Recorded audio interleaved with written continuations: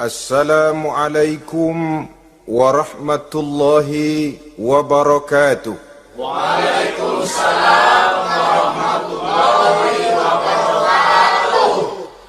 Alhamdulillahi wahdah, sadaqa wa'dah, wa nasara abdah, wa a'azza jundah. Wassalatu wassalamu ala man la nabiyya ba'dah. وعلى آله وصحبه ومواله لا حول ولا قوة إلا بالله أما بعد. Saudara-saudara kaum muslimin rahimakumullah, seperti kita maklum bahwa Allah Subhanahu wa taala menciptakan manusia dan jin untuk melaksanakan ibadah kepadanya. Manusia yang ingkar terhadap perintah ini dinamakan dengan orang-orang kafir. Sedangkan jin yang mengingkari perintah ini dinamakan dengan setan atau syaitan dalam bahasa Qur'annya. Kemudian dalam perkembangannya, jin-jin yang kafir yang dinamakan setan ini bersekongkol dan menjadi bala tentaranya iblis untuk menggelincirkan manusia dengan berbagai macam cara dan jalan dari hal-hal yang diridhoi oleh Allah Subhanahu wa taala. Adapun yang namanya iblis pada hakikatnya cuma satu saja, yaitu yang ingkar kepada perintah Allah untuk sujud kepada Nabi Adam alaihi salam. Iblis inilah kemudian yang menjadi sesepuh, raja, biang atau dedengkotnya para setan.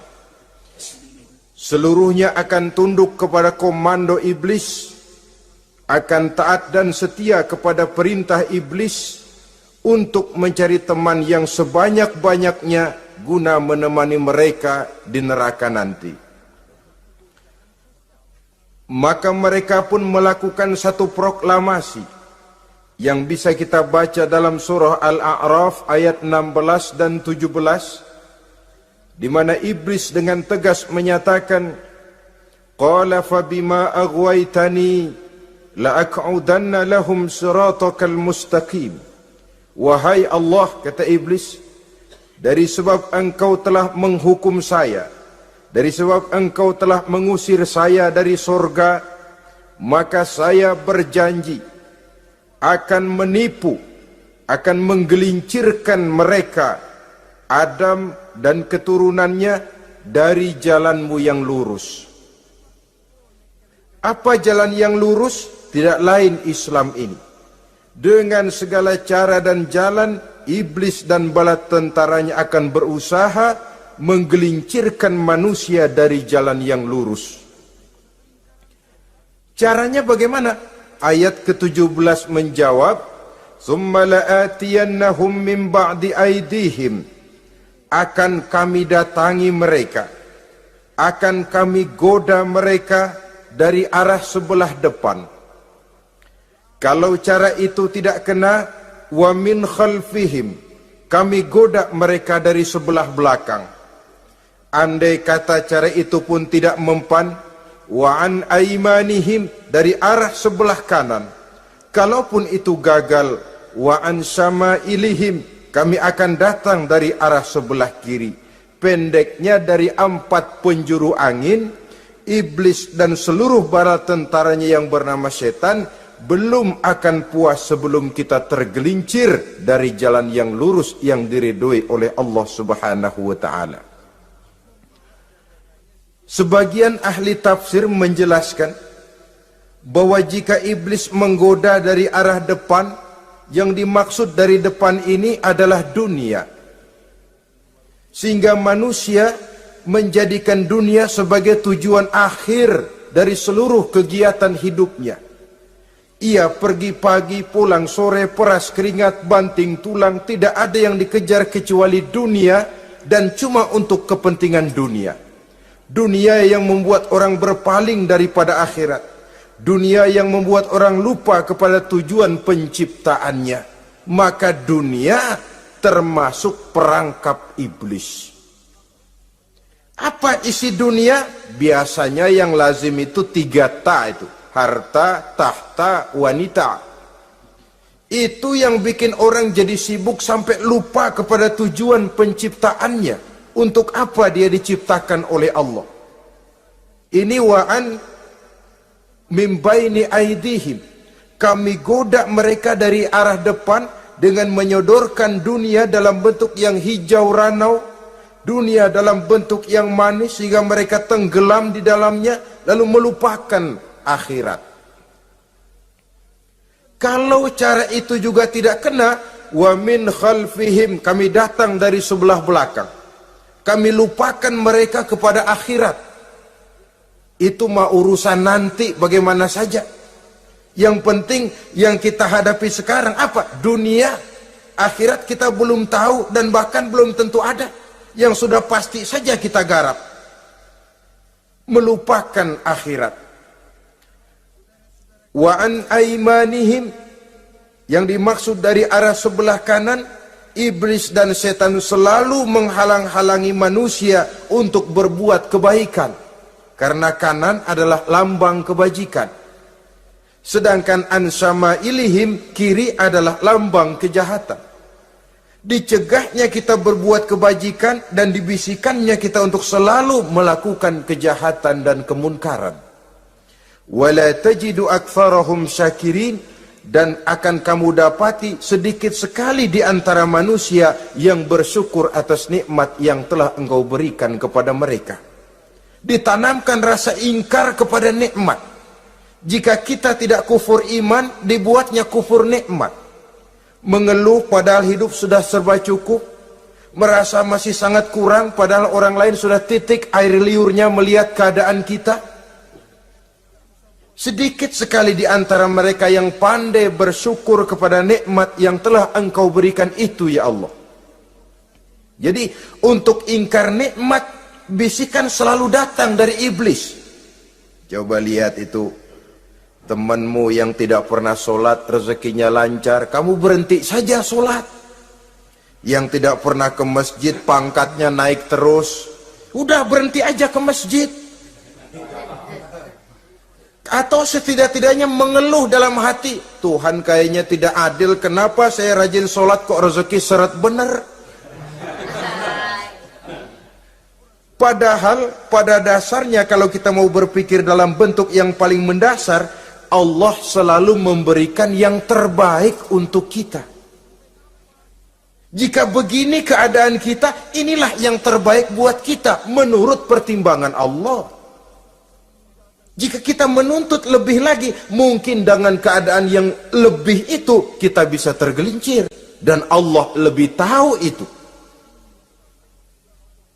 Sebagai pencipta manusia, Allah lebih tahu tentang kemungkinan-kemungkinan yang bisa didapat dan dicapai oleh manusia.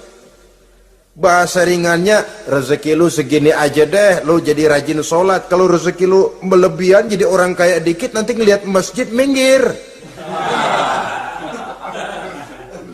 Allah selalu memberikan yang terbaik kepada kita. Saudara-saudara kaum muslimin, adapun iblis dan setan sudah menyadari betul bahwa iblis dan setan tempatnya di akhirat nanti jelas neraka. Itu mereka sudah sadari betul. Maka yang mereka kepengen sekarang, bagaimana mencari teman sebanyak-banyaknya untuk menemani mereka di neraka nanti. Nah inilah yang menyebabkan mereka berjibaku betul. Bahkan ada satu riwayat itu, ada waktu-waktu tertentu di mana para setan ini laporan kepada iblis. Kalau ada yang laporan gagal, bukan main marahnya si iblis ini selaku komandan. Kata setan, Pak, saya gagal menggoda si fulan karena imannya kuat. Goblok kamu. Dengan apa kamu goda dia? Dengan kedudukan. Dia tidak mau, tidak mau. tempuh dengan jalan lain, barangkali dengan harta. Kalau dengan harta tidak bisa, barangkali dengan wanita. Kalau dengan wanita tidak bisa, tempuh segala macam cara. Dan mereka yang laporannya enak, artinya berhasil menggoda banyak orang-orang beriman, itu konditenya naik. Bahkan mendapat semacam piagam penghargaan sebagai kadar militan daripada iblis. Nah, mereka berusaha dengan segala macam cara mengumpulkan teman sebanyak-banyaknya. Kalau mereka sendiri sudah tahu pasti, sadar nasib saya di akhirat nanti pasti masuk neraka, diazab dan disiksa oleh Allah. Cuma saya begini ini lantaran ulahnya Nabi Adam dulu. Maka anak-anak cucu Nabi Adam harus menjadi teman-teman saya sebanyak-banyaknya guna menemani saya di dalam neraka. Oleh karena itu, pada kesempatan pertemuan saat ini, kita akan membicarakan siapa sih teman-teman setan itu. Diriwayatkan dari Wahab bin Munabbih bahwa pada satu hari iblis diperintahkan oleh Allah untuk datang kepada baginda Rasulullah sallallahu alaihi wasallam dan menjawab segala pertanyaan yang diajukan oleh baginda Nabi. Datang iblis dalam bentuk orang tua pakai tongkat. Jadi iblis itu bisa malih warna, dia termasuk jenis makhluk halus toh, seperti halnya jin dan malaikat, itu bisa malih warna sesuai dengan yang mereka kehendaki. Ketika datang, baginda Nabi bertanya, "Man anta?" Siapa kamu? Dia jawab, "Ana iblis." Saya iblis. Jujur. "Limadza ji'ta?" Mau apa kamu datang kemari? Kata baginda Nabi. Dijawab oleh iblis, "Innallaha amaroni an atika wa ujibaka an kulli ma sa'altani." Allah memerintahkan saya untuk datang kepadamu dan menjawab segala pertanyaan yang engkau ajukan kepada saya. Nah, atas pernyataan ini baginda Rasul kemudian bertanya dengan dua pertanyaan. Pertanyaan pertama, iblis, "Kam ikhwanuka min ummati?" Ada berapa sih teman-temanmu dari golongan umatku? Dari golongan umatku, umat Islam ini, bukan orang lain. Kalau orang kafir sih sudah jelas, itu memang CS-nya iblis. Tapi dari umatku, siapa saja yang jadi teman-teman kamu iblis? Menjadi antekmu, menjadi alatmu sejak dari dunia sampai ke neraka nanti. Atas pertanyaan ini iblis menjawab, "Teman-teman saya dari golongan umatmu ya Muhammad, asyarun, ada 10 orang. Ada 10 orang yang merupakan teman-teman iblis dari dunia sampai ke neraka." Siapa mereka? Pertama kata iblis, "Teman saya hakimun jair." Hakim yang curang. Hakim yang tidak adil. Ini bisa dimaklumi. Kenapa? Karena hakim diharapkan adalah produk keadilan. Sehingga orang mengatakan seorang hakim adalah seorang yang meletakkan sebelah kakinya di sorga dan sebelah lagi di neraka. Kalau adil dia menghukum, kaki sebelah kanan yang akan menentukannya ke sorga. Kalau licik dia menghukum, kaki sebelah kiri yang akan menjerumuskan dia ke dalam neraka. Saudara-saudara kaum muslimin rahimakumullah, sesungguhnya dalam kehidupan Kurangnya sandang pangan bukan satunya sebab yang membuat orang menderita. Tidak teraturnya perumahan, kurangnya lapangan kerja bukan satu-satunya yang menyebabkan rakyat menderita. Tapi lukanya rasa keadilan, tidak tegaknya hukum sebagaimana yang diharapkan, itu juga bisa menjadi sumber nestapa, bisa menjadi asal dari segala derita. Oleh karena itu, hakim yang tidak adil, hakim yang curang, yang menghukum tidak berdasarkan hukum, tapi berdasarkan kepentingan, berdasarkan pesan sponsor, hukum bisa dibeli, ada istilah mafia peradilan. Hakim-hakim macam ini yang akan menjadi teman-teman iblis. Dan tiap kali palu akan diketuk, iblis sudah bukan main sibuknya. Kekuasaan di tanganmu, hijau katamu, hijau yang akan berlaku, merah kau ketok, merah yang akan jadi keputusan. Orang lain tidak tahu ini kesempatan untuk jadi kaya, ini kesempatan untuk naik pangkat. Manipulir hukum tidak ada yang tahu karena orang banyak yang awam dengan hukum. Saudara-saudara kaum muslimin, kalau hukum sudah bisa dibeli, atau kalau hukum cuma untuk orang-orang kecil saja, ada kelompok-kelompok yang kebal hukum, maka akan timbullah kiamat di masyarakat, di mana yang kuat makin kuat, yang lemah selalu menjadi mangsa. Oleh karenanya, hakim yang serong, hakim yang durjana merupakan teman-teman setan, merupakan teman-teman iblis dari dunia sampai ke neraka nanti. Ini yang pertama. Oleh karenanya, pada dasarnya setiap kita adalah hakim untuk keluarga. Dalam pergaulan hendaklah adil di dalam memutuskan segala sesuatu. Lebih-lebih hakim yang memang menjadi pengayom masyarakat. Bukankah lambang para hakim digambarkan dalam bentuk neraca yang berimbang? Tidak berat ke kiri, tidak juga berat ke kanan. Dalam arti objektif memberikan keputusan sesuai dengan hukum, sehingga masyarakat terlindungi. Dan hakim yang adil secara praktis adalah musuh daripada setan. Dimanapun setan dan iblis paling gak demen sama hakim yang adil. Itu merupakan musuh besar bagi setan, yang menyalahkan yang salah, membenarkan yang benar, walaupun yang salah orang besar, yang benar orang kecil. Dan kita memang oleh baginda Nabi diajarkan satu doa, Allahumma arinal haqqa haqqa warzuqna tiba'ah. Ya Allah, perlihatkan kepada kami bahwa yang benar itu benar. Sebab sering kita lihat yang benar jadi tidak benar.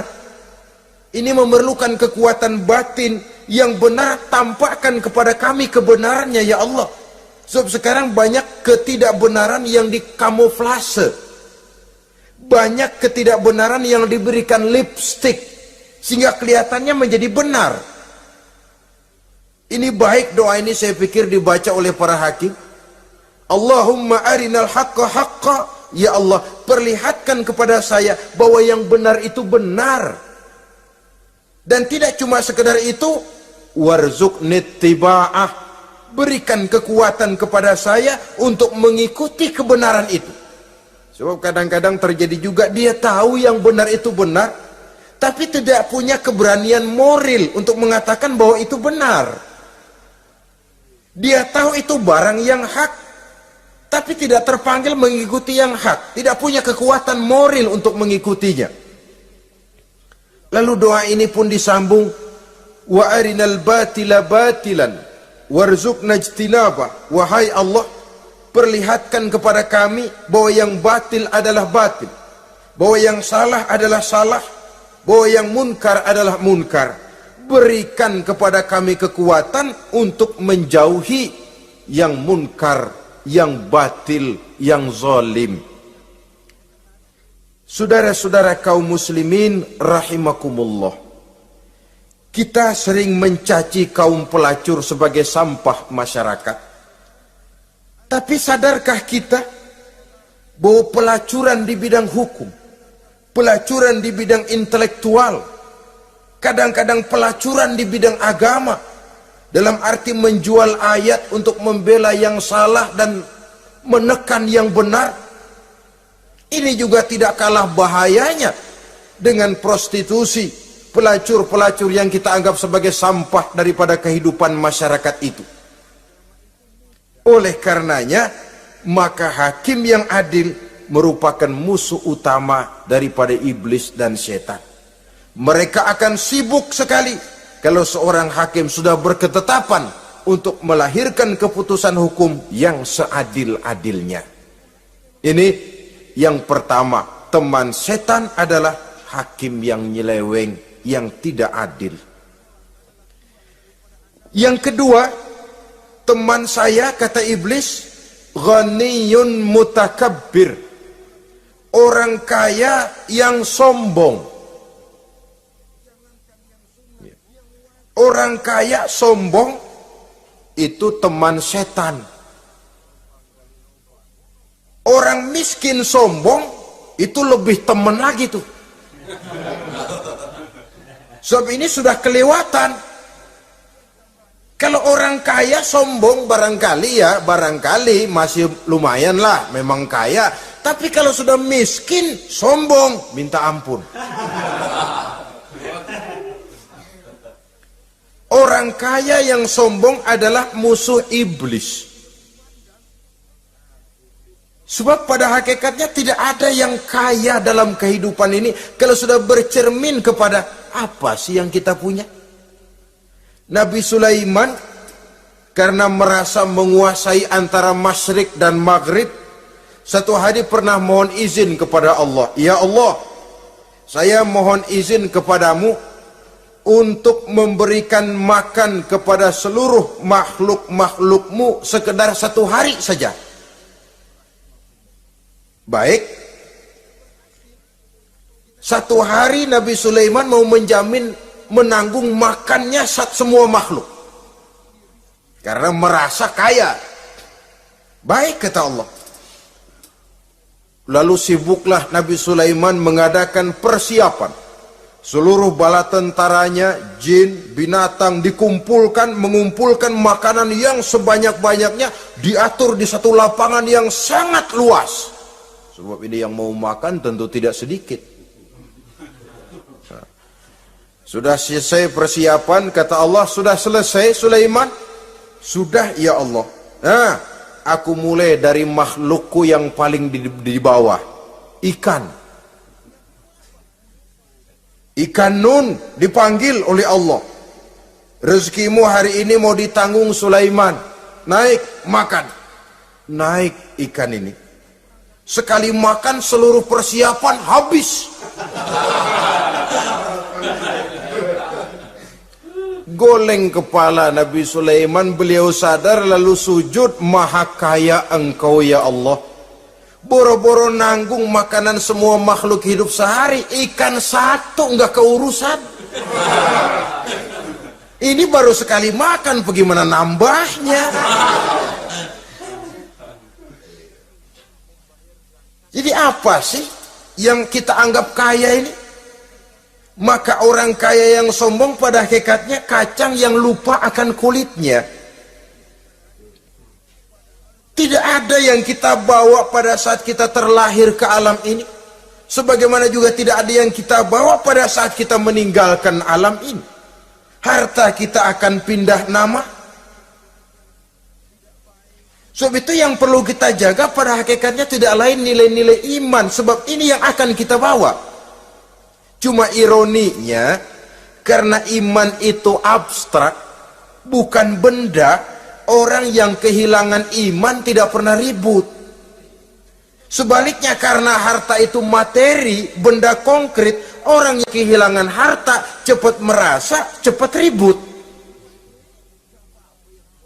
Motor hilang, ribut. Kenapa? Motor itu benda, kelihatan. Duit hilang, ribut. Televisi hilang, ribut. Kenapa? Benda. Tapi kalau iman yang hilang, wah kelihatannya tenang-tenang saja, Pak.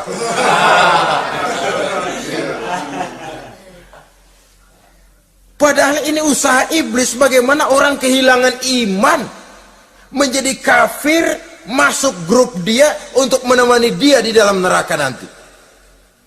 Dia gelincirkan iman kita, dan kita sering tanpa terasa telah mengalami pergeseran nilai-nilai iman, kalau tidak tergusur sama sekali. Cuma saya katakan tadi, oleh karena iman ini bukan benda, orang yang kehilangan iman kurang begitu merasa, padahal ini yang paling berharga. Sebab ini yang akan kita bawa menghadap Allah. Orang itu kalau sudah yakhruju minad dunya bighairi iman, keluar dari dunia, meninggalkan dunia dan seluruh isinya, kembali menghadap Allah dengan tidak membawa iman, tempatnya jelas sudah. Itu yang paling kita khawatir. Pangkat jelas tidak kita bawa, harta benda akan pindah nama jadi milik ahli waris kita. Tiba-tiba iman yang cuma satu itu tempat kita bergantung, hilang juga dari diri kita. Dengan apa kita mau menghadap Allah? Dan kemalangan apa yang lebih besar dari orang-orang yang telah kehilangan iman pada saat dia menghadap Allah Subhanahu wa ta'ala. Karena itu saudara-saudara, terutama yang diberikan amanah berupa harta oleh Allah dalam kehidupan ini, bersyukurlah kalau saudara diberikan kepercayaan oleh Allah untuk menyalurkan rezeki kepada orang lain, seperti keran yang nyimpen air tapi tidak untuk dirinya, disalurkan kepada yang memerlukannya. Rezeki dia cuma lewat tangan saya, rezeki dia cuma lewat tangan saya. Berbahagialah orang kalau dipercayai Allah untuk menyalurkan rezeki kepada orang lain. Artinya agen. Wong ditunjuk jadi agen Allah, kok nggak bangga? Kalau sudah kemari cara berpikir, insya Allah rasa bakhil bin pelit alias medit bin koret.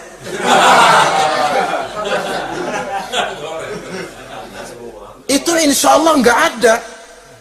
Kan kadang kita berpikir, yang nyari duit gue setengah mati, lu datang-datang mau minta aja pala lu. Kan itu toh kadang-kadang cara kita berpikir. Ya boleh jadi lalu terasa berat. Tapi kalau kembali kepada kesadaran, barangkali alhamdulillah rezeki dia cuma lewat tangan saya. Kalau saya nggak ngasih dia, barangkali nggak semudah ini saya dapat rezeki. Allah mudahkan rezeki saya karena saya sering membantu orang-orang yang memang memerlukannya. Andai kata saya nggak membantu mereka, belum tentu rezeki selancar ini.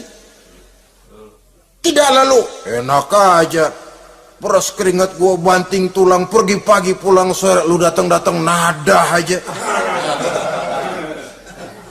Berbahagialah orang jikalau sekali lagi dia dijadikan agen oleh Allah untuk menyalurkan rezeki kepada mereka yang memang memerlukannya.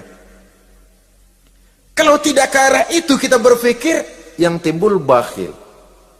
Bakhil lalu bermegah-megah dengan hartanya, timbul kesombongan. Senang lihat orang susah, lalu dia sendiri dengan hartanya cuma to show only, pameran. Lewat di kampung, senang kalau orang melotot, lihat mobilnya yang serba mengkilap, sepatunya yang serba mahal. Senang kalau, wah, semua gaya hidupnya serba jet set, wah, wah, wah. Senang betul kalau melihat orang sudah serba bengong lihat keadaan dia. Timbul takaburnya, sombongnya, ngenyek kepada yang lain. Maka orang kaya yang sombong, teman iblis, teman setan. Setan senang betul. Sebaliknya secara praktis, orang kaya yang rendah hati adalah musuh iblis. Saudara-saudara kaum muslimin rahimakumullah, lain memang kalau kita diberikan ilmu di akhirat nanti, pertanyaan cuma satu, ilmumu kau amalkan untuk apa? Kalau kita diberikan umur panjang, pertanyaan akhirat satu saja, umurmu kau habiskan di mana? Tapi kalau sudah harta diberikan kepada kita, pertanyaan akhirat dua. Min aina iktasabahu wa fima anfaqahu. Hartamu kau dapat dari mana, kau belanjakan kemana? Depan belakang ditanya. Yang ketiga, teman iblis itu tajirun khain, pedagang yang berkhianat, baik kepada sesama teman pedagangnya karena ingin lebih maju dari yang lain. Terjadi persaingan yang tidak sehat di berbagai bidang bisnis, ataupun kepada para pembelinya dengan mengatakan barang yang baik adalah barang yang tidak baik menjadi baik. Sebab pada dasarnya apabila kaum pengusaha sudah berkhianat, akan timbul kegoncangan ekonomi. Dan kegoncangan ekonomi dampaknya adalah melahirkan kelas-kelas kemiskinan. Kemiskinan merupakan satu perangkap iblis. Biasanya orang kalau udah melarat, udah dekat banget sama kafir.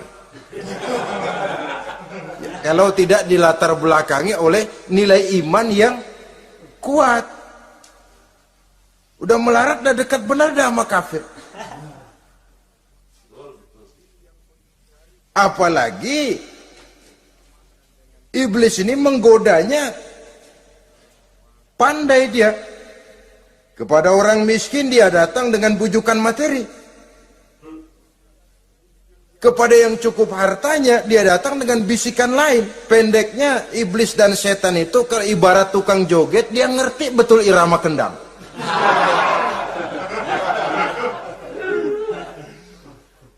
Di mana kelemahan orang itu dia selidiki, dia pelajari, dari arah situ dia masuk. Dan secara strategi perang, iblis dan setan ini posisinya memang lebih menguntungkan daripada kita. Kenapa? Dia melihat kita mah nggak lihat dia. Dia bisa pelajari kebiasaan dan kecenderungan kita. Kita nggak tahu kadang-kadang kelemahan kita. Dari arah itu dia masuk. Posisi dan strateginya lebih menguntungkan daripada kita.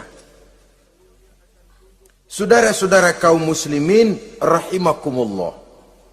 Bila ekonomi sudah goncang, terjadi penimbunan barang, terjadi spekulasi harga, timbullah kegoncangan sosial. Dan dikala itu setan dan iblis pesta. Dia merasa perangkapnya berhasil. Persaingan-persaingan yang tidak jujur, yang pada dasarnya akhirnya bukan cuma merusak sistem ekonomi, tapi juga mempengaruhi hasil kerjaan. Dalam tender-tender usaha-usaha besar misalnya,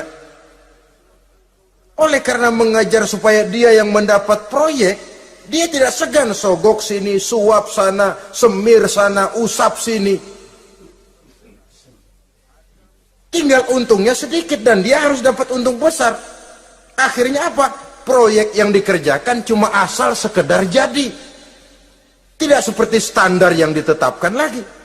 Juga tidak merupakan kesalahan yang sepenuhnya harus dibebankan kepada dia. Kesalahan yang merupakan siklus. Mata rantai, sudah lingkaran setan. Itulah sebabnya sering saya ungkapkan, kalau manusia sudah jadi teman setan, lebih buas daripada bajing. Karena bajing cuma makan kelapa, tapi bajingan udah apa saja dimakan. Sudah jadi teman-teman iblis, tidak ngerti halal haram, hak dan batil. Ini kepentingan pribadi apa kepentingan orang banyak, yang penting sikat saja. Jadi yang ketiga ini targetnya memang kekacauan ekonomi. Yang kemelaratan, kemiskinan merupakan tangga untuk sampai kepada kekafiran. Dan iblis tahu betul itu.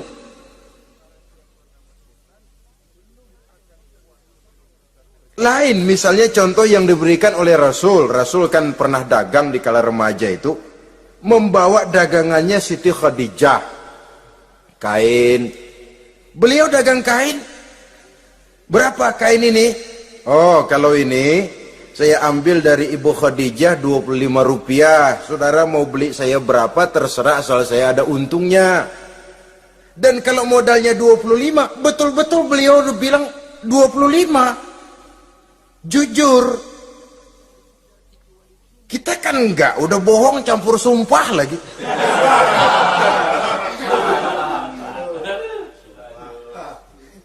Ini yang ketiga. Yang keempat, teman-teman setan, teman-teman iblis, syaribul khamr. Orang yang minum arak,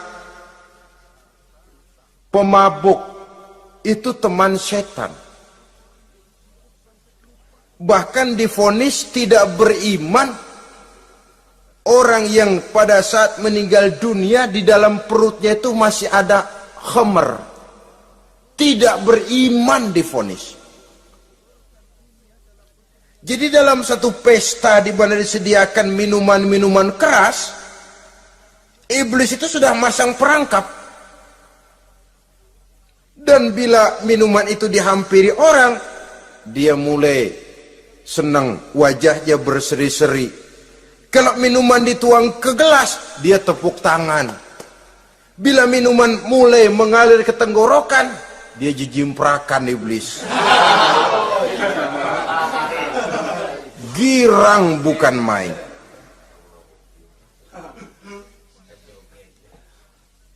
Saudara-saudara kaum muslimin rahimakumullah. Kenapa pemabuk merupakan teman setan? Karena dalam keadaan mabuk, orang kehilangan daya kontrol. Perbuatannya nyaris tidak terkontrol lagi. Tidak ada rahasia, tidak ada harga diri, tidak ada sifat memelihara, dan itu ciri-ciri daripada iblis. Syaribul khamr, orang yang suka meminum minuman keras. Itulah sebabnya memang dalam hidup ini kita harus punya filter. Allah selalu menghendaki yang terbaik dan memilihkan yang terbaik untuk kita. Kalau sudah itu minuman yang baik kata Allah, itulah memang yang baik untuk kita. Kalau itu dilarang oleh Allah, itulah memang yang tidak baik untuk kita. Jadi kalau sudah qat'i dalilnya, gak usah buang energi menyelidiki apa manfaatnya. Kalau sudah qat'i dilarang, gak usah buang energi menyelidiki apa bahayanya khamr. Allah tidak akan melarang sesuatu yang mengandung manfaat. Yang dilarang Allah tentu yang membawa mudarat dan bahaya di dalam kehidupan. Bukankah sekarang ini minuman keras sudah merupakan penghias pesta? Merupakan kebanggaan di kalangan remaja? Termasuk dalam kata khamr ini ya morfin, ganja, narkotik, dan yang sejenis dengan itu. Orang sudah merasa bangga kalau sudah fly to the sky. Membumbung ke angkasa, katanya dunia ini luas, lupa segala macam persoalan. Tapi sampai kapan? Sampai kapan orang merasa membumbung? Sampai kapan orang merasa bisa meninggalkan segala persoalan? Sampai mabuknya selesai? Ya kalau gitu mabuk aja terus. Lalu apa artinya kehidupan ini? Mabuk kan gak ngerugiin orang lain. Kalau saya nyolong kan ngerugiin orang lain.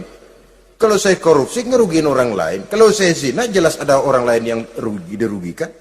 Tapi minum khamar, siapa yang rugi? Uang-uang saya. Saya beli dengan uang saya, yang minum pun saya. Siapa yang rugi? Saudara, ini pemikiran sepihak namanya. Pertama jelas merugikan diri sendiri. Kesehatan terganggu, pertumbuhan IQ, ya, daya pikir jadi jumud bin beku. Tidak ada idealisme ke arah depan. Yang ada ya, yang dipikirkan ya, yang di depan hidungnya saja. Dan konon itu pada mulanya memang orang kan sifatnya cuma ingin tahu. Nyobain ketagihan. Ya kalau orang tuanya masuk golongan have, mampu. Kalau orang tuanya termasuk ekonomi lemah, sedangkan kecanduan hal yang tidak bisa ditangguhkan. Orang yang sudah kecanduan minuman keras, Sekali dia tidak minum, sudah bukan main rasanya. Orang yang sudah biasa minum ganja, morfin, narkotik, satu kali dia tidak bertemu itu, sudah nggak keruan rasa. Orang tuanya tidak mampu, kenapa lalu nggak ngelamun yang negatif? Ya kalau dia keluarga have, orang tuanya masih ngelarang, dia bisa jual hal lain di rumahnya yang ada harganya. Tip deka itu, video kah itu, mobil kah digade dulu. Kalau di kampung, anak-anak muda yang menengah ke bawah, kenapa enggak ayam orang disamber?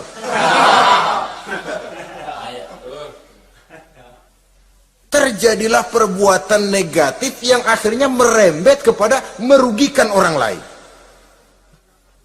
Hakikatnya zohirnya memang pada mulanya hanya merugikan diri sendiri, tapi lambat laun akan merembet juga kepada merugikan orang lain. Oleh karena itu pantas kalau dalam perjalanan Mi'raj begitu hendak start dari Masjidil Aqsa menghadap Allah, kepada baginda Nabi disodorkan 2 gelas minuman, segelas susu dan segelas arak. Muhammad, kau ambil salah satu minuman itu, kau minum. Mantap. Nabi mengambil gelas yang isinya susu, lalu beliau minum. Selesai minum, kata Jibril, "Shaddaqta ya Muhammad, laqad asabtal haq." Kamu benar Muhammad, pilihanmu tepat. Kenapa? Untung saja susu yang kamu minum. Kalau arak yang kamu ambil, kamu pilih dan kamu minum, pasti umatmu bakal pada jadi umat teler semua nanti. Wong Nabi milih susu saja umatnya masih banyak yang teler. Apalagi kalau beliau memilih khamr waktu itu. Tapi ini sekedar simbol bahwa begitulah kita dalam hidup. Saudara, kalau di depan kita ditaruh segelas jamu, segelas sirup, kira-kira pilih mana? Sirup apa jamu? Orang yang berpikir panjang ke depan, dia bakal pilih jamu. Memang pahit, getir, nggak enak, tapi besok pagi badan enteng, kerja semangat, berpikir cerdas, gairah ada. Orang yang pikirannya pendek, ngapain jamu getir nih, sirup nih, manis ini. Dia minum, bukan main manisnya, besok pagi bibir pada jontor. Begitulah dalam kehidupan ini. Maka hendaknya kita berusaha dengan sekuat kemampuan untuk menghindarkan diri dari minuman keras dan pengaruh-pengaruhnya. Yang kelima, teman iblis itu al-qattat, tukang-tukang fitnah. Itu suling iblis itu, trompet setan. Sebab apa? Benar kalau Quran mengatakan, Nabi mengatakan al-fitnatu asyaddu minal qatli. Fitnah lebih bahaya dari pembunuhan. Sebab apa? Pembunuhan membunuh orang secara langsung. Fitnah membunuh orang pelan-pelan. Kalau mati mau mendingan cepat daripada pelan-pelan. Pelan-pelan mati, cepat mati enakan cepat, nggak ngerasain sakit. Fitnah membunuh orang pelan-pelan. Nama baik orang hancur, dicoreng-moreng di tengah masyarakat. Maka tukang-tukang fitnah, teman-teman setan dari dunia sampai ke neraka nanti. Karena fitnah lebih bahaya daripada pembunuhan. Mengada-ada yang tidak ada diada-adakan, fitnah. Melebih-lebih, berita semeter jadi 3 meter, yang 2 meter. Ya kalau positif, kalau negatif, fitnah. Memang orang bilang kalau kita nitip duit jangan harap lebih, kurang bisa. Tapi kalau nitip omongan jangan harap kurang, pas saja sudah untung itu. Biasanya lebih, namanya omongan. 1 meter jadi 2 meter, 2 meter jadi 3 meter. Itu sifat dari yang namanya omongan. Kita kirim uang, udah gak bakalan lebih dah. Ini nitip uang sama saya 50.000, tambahin 10.000, langka yang berpikir begitu. Kurang malah bisa, enak aja nitip, gua kan kemarin pakai ongkos. Hitung transport misalnya. Tapi kalau sudah nitip omongan, pas saja sudah untung loh. Biasanya malah lebih. Fitnah pernah melanda Nabi Zakaria. Fitnah pernah melanda Habil dan Qabil. Fitnah pernah melanda Nabi Ibrahim. Fitnah bahkan pernah melanda kehidupan baginda Rasulullah sallallahu alaihi wasallam. Dalam peristiwa yang lazim kita kenal dengan hadisul ifki, bagaimana gosip pun sempat mengguncang rumah tangga kehidupan baginda Nabi. Sehingga pantas kalau beliau sendiri mengatakan al-fitnatu asyaddu minal qatli. Fitnah itu lebih bahaya daripada pembunuhan, karena fitnah membunuh orang secara pelan-pelan. Saudara-saudara kaum muslimin rahimakumullah, lidah tidak bertulang. Soghirul jirmi azimul jurmi, kecil bentuknya tapi besar akibatnya. Kalau kita luka karena silet 2-3 hari boleh sembuh, tapi luka karena lidah seumur hidup kita ingat. Asal lihat orangnya ingat, nih dia nih yang ngomong kagak enak bang adik, gua tandain dah.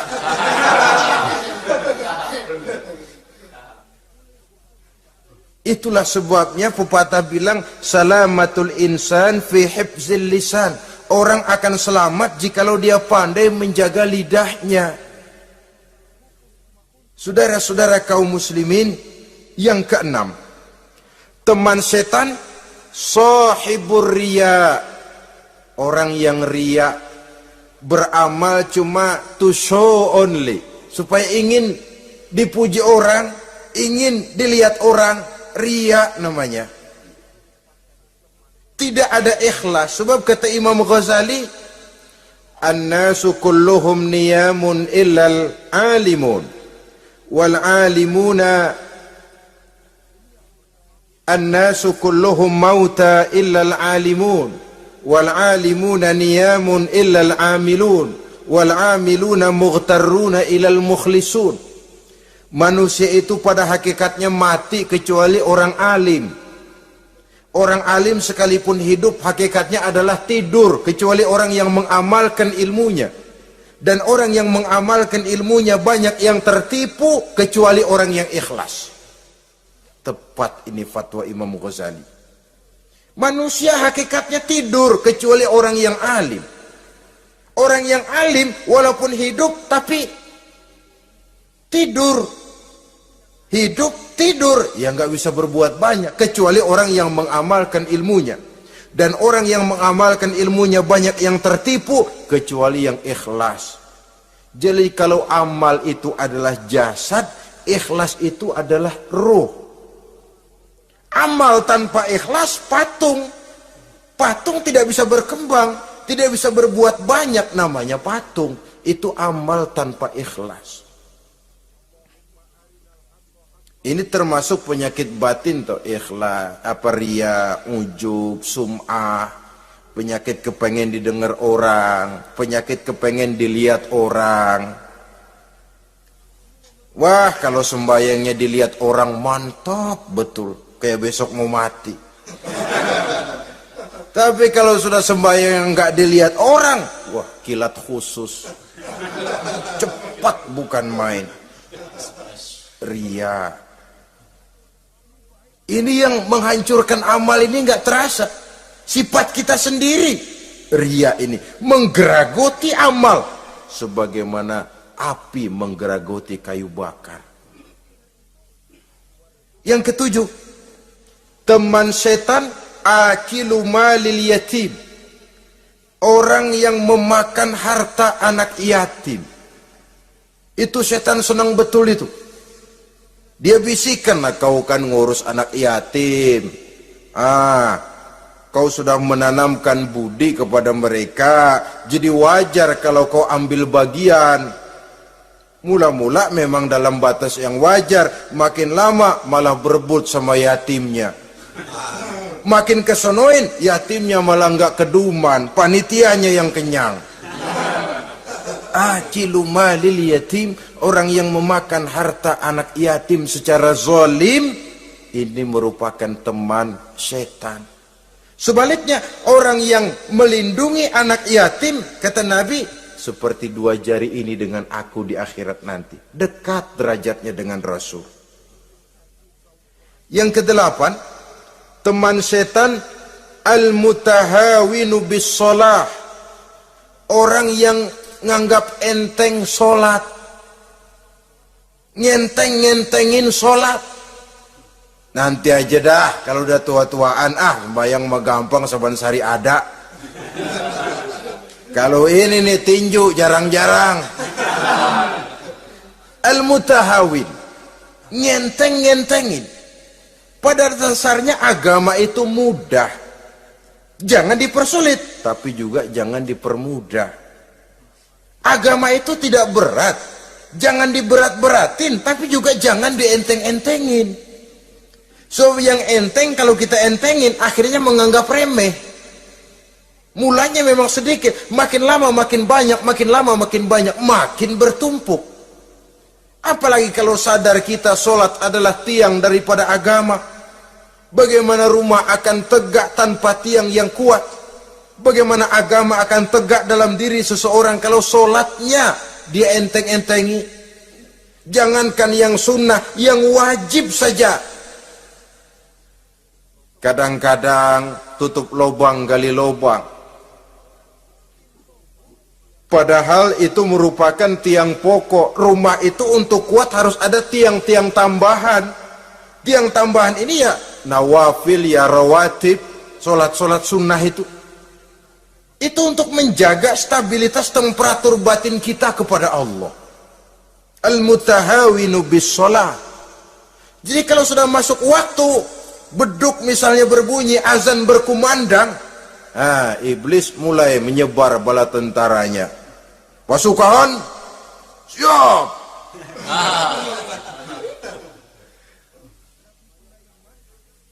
Kama yang dagang dia bisikin, sedang enaknya lo dagang, gua beli lagi banyak-banyak, sembahyang mah ada besok. Sama yang kerja, jangan ditinggal, ini kerjaan tanggung, sembahyang masih ada besok. Saudara-saudara kaum muslimin rahimakumullah, andai kata kita berhasil, kita tinggalkan kesibukan, lalu kita pergi sholat, apa iblis diam? Setan tenang? Tidak, masih dia bisiki kita. Iya, kalau mau sembahyang ya sembahyang, cuman buruan udah. Nah, yang mau belanja, yang menunggu, bukan main. Sampai ruku kita tidak sempurna, bacaan kita semrawut, sujud kita tidak lengkap, sholat juga, tapi disitulah masuk iblis. Atau kalau itu kita berhasil cegah, ruku tertib, ada tumakninah, sujud bagus, iblis masuk lagi. Wah, memang sembahyang kamu mantap, orang lain gak ada yang sembahyang kayak kamu. Yang timbul apa? Ujub, sombong kepada diri sendiri. Begitu rapi sembahyang, lo ya pada kagak sembahyang, apaan lo? Gua nih. Itu sudah perangkap iblis. Jadi lewat segala macam cara dan jalan, kepada yang ibadahnya bagus ditanamkan rasa ujub, kepada yang mau berusaha bagus ditanamkan sifat was-was, buru-buru. Saudara-saudara kaum muslimin, ini yang ke-8. Yang ke-9, mani'uz zakah. Orang yang enggan membayar zakat itu teman setan. Gak ada urusan sama zakat. Sayang-sayang harta dizakatin. Saudara-saudara, padahal zakat itu kata Nabi, zakku amwalakum biz zakat. Bersihkan hartamu dengan zakat. Jadi barangkali bercampur harta itu dengan sedikit yang tidak baik, bercampur dengan yang kotor. Zakat itu membersihkan yang lain. Kita misalnya dalam satu kelas punya murid 40 orang, 42 orang, ada 2 orang yang bandel, nggak ketulungan. Sudah segala macam cara kita perbaiki, nggak juga berhasil. Ini kan kalau nggak diatasi kan mempengaruhi yang teman-teman yang 40 orang. Untuk menyelamatkan yang 40 ini, nggak apa-apa yang 2 keluarin. Bikin pemecatan. Anak saudara, kami sudah tidak sanggup lagi mengajar. Dengan ini kami berhentikan dari sekolah yang kami pimpin untuk menyelamatkan teman-teman yang lebih banyak. Mengeluarkan yang 2 untuk menyelamatkan yang 40. So kalau tidak ini nanti ngerembet, yang 40 ngikut jadi ngeres. Itu juga harta. Zakat untuk membersihkan yang masih tersisa. Yang terakhir yang ke-10, teman setan, musuh, teman iblis, man yutilul amal. Orang yang terlalu panjang angan-angan. Penghitung bintang di langit. Yang hidup cuma ngitung jikalau. Wiridannya cuma jikalau.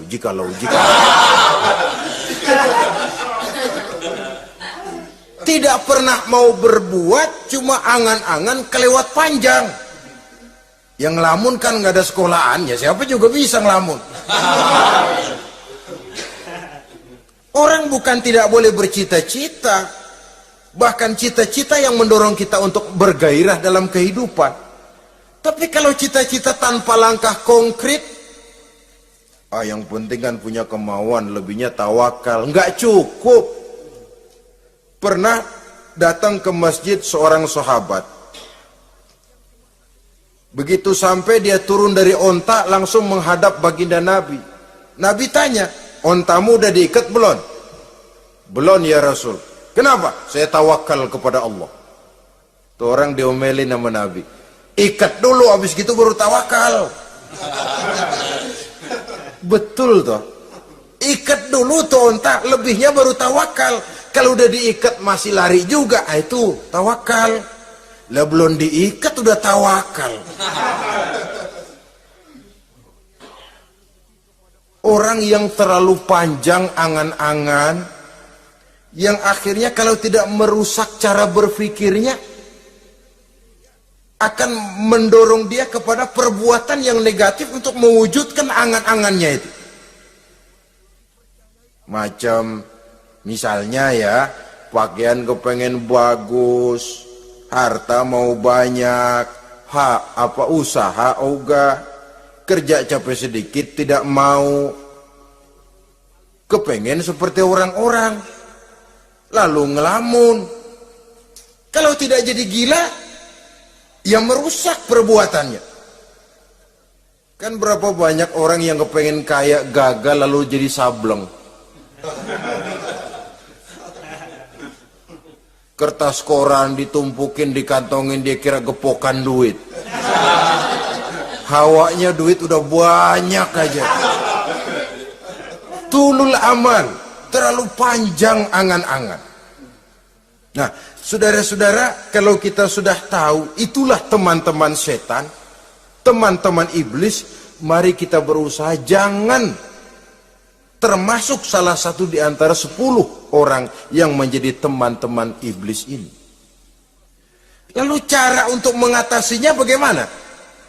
Imam Al-Ghazali rahimahullah memberikan tuntunan. Pertama, untuk mengatasi perangkap setan, jangan sampai kita termasuk salah satu teman setan, zikrullah. Banyak ingat kepada Allah. Sebab Nabi bersabda, inna zikrullahi ta'ala fi janbi syaitan kal akillati fi janbi ibni Adam. Sesungguhnya zikrullah, zikir kepada Allah itu dapat menyakiti setan sebagaimana penyakit menyakiti lambung anak Adam. Jadi setan itu akan kurus kalau kita hantam pakai zikrullah. Setan tidak berdaya, lemah kalau kita hantam pakai zikrullah. Ingat Allah, selalu merasakan kehadiran Allah dekat dalam hidup. Itu senjata pertama. Dengan zikrullah, setan kurus. Kalau udah kurus, ya lemes, nggak berdaya ngadepin kita. Tapi kalau nafsu yang kita ikutin, kita umpanin tuh setan. Lah gemuk, begitu gemuk, makin berleluasa dia ngutak-ngatik kita. Yang kedua, jangan mendekati tempat maksiat. Sebab man hama haulal hima yusiku ayyaqafi. Orang yang main di pinggir kali ditakutin kecebur di kali. Jangan mendekati tempat yang cenderung membawa kita ke tempat maksiat.